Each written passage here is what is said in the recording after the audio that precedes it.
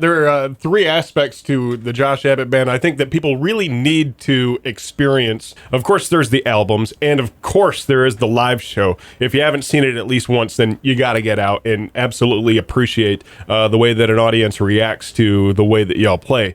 But there is a third one, and I'd love for you to speak on this for just a moment, if you don't mind. Your music videos, some of them are extremely touching and emotional, and they go above and beyond anything that most folks would experience or would expect from a music video. And I think, you know, kind of what I'm talking about a little bit. I mean, is that something else that's like within your comfort zone, or are those hard for you to do and they just come out terrific? Well, you know, my thing for music videos is I want to take the lyrics and deconstruct them a little bit in terms of what I meant when I wrote the song. And then I want to re-examine what those lyrics could possibly mean. Like, is there something else here, you know, that I'm trying to say?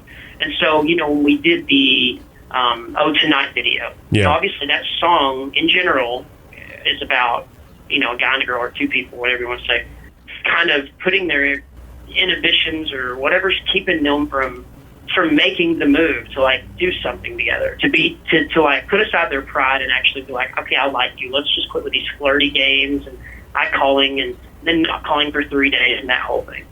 And I said, what can this song be different?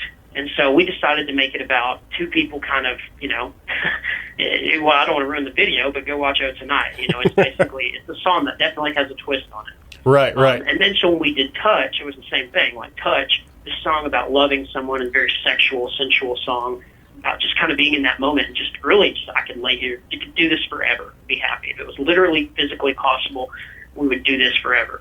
And but then I looked at the lyrics again and I was like, okay, there's this eternal love aspect that is deeper. It's something that's like, you know, when I'm not alive, you know, will this love still have been something that great? And I don't know, maybe I'm trying to do too deep with it, but the "Touch" video is something where we were extremely proud of. Dedicated that to our military. And again, I don't want to ruin the video for people who haven't watched it, but we put in a high budget and a lot of effort into the "Touch" music video, and makes a lot of people cry.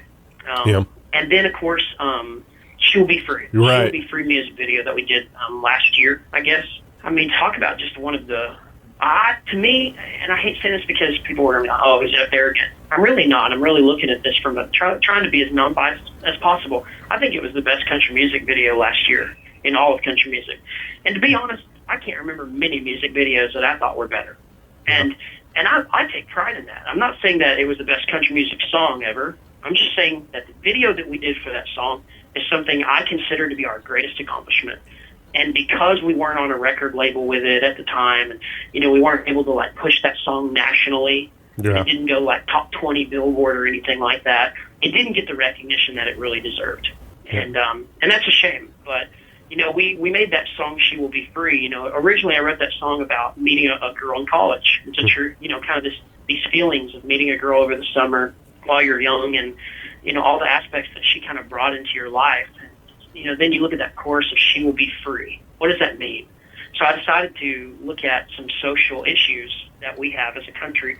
And instead of doing one of the normal ones like abortion or, you know, or even going down the easy path of making the song about, you know, women overcoming breast cancer, which is definitely a great thing.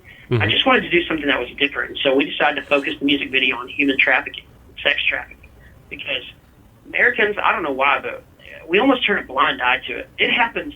When we think of human trafficking, we think that it happens in all these other countries, and it does. But it actually happens at an enormous, outrageous, disgusting rate here in America. And so we focused the music video on that. And when we released that music video, I actually had 2 different girls reach out to us through Twitter and say, I really appreciate your video. It was really hard for me to watch because I was caught up in human trafficking once.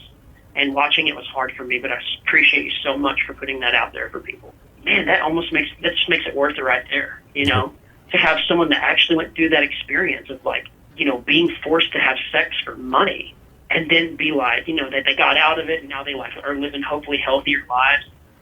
Because of that song, I've also been able to, like, travel to different places that keep girls who are rescued from those situations. Mm-hmm. And man, I was meeting like 14-year-old girls, 14, 20-year-old, I mean, anywhere in that range. And it was just like, part of what makes them get healthy, I think, is sharing that information, getting their story out there where they can overcome it. And so those that felt comfortable enough would kind of share some of their stories with me. And I was so uncomfortable. Like hearing these 14 and 15-year-old girls talk about, they were being forced to sleep with guys that were way older than them, guys that were 20 years older or something that were paying for it. And it's just sickening. And anyway, so it's almost kind of become a philanthropy of mine now, or a passion, to like help out with in that area. So anyway, man, I've talked way too long, and you're going to probably have to edit this conversation like crazy. But I really appreciate the interview. I hope everybody listening will get the passion that comes from me in terms of our music and our music videos and what we do. We look forward to another good show out there in Abilene. Right on. Josh Abbott joining us here on KEAN 105. You're more than just like a dance hall, fill up the dance floor, sell your records kind of guy. You have a social conscience, you have a heart, and you're in tune with your fans. And people like me can sincerely appreciate that about you, Josh. Well, I appreciate it, buddy. I'll see you soon.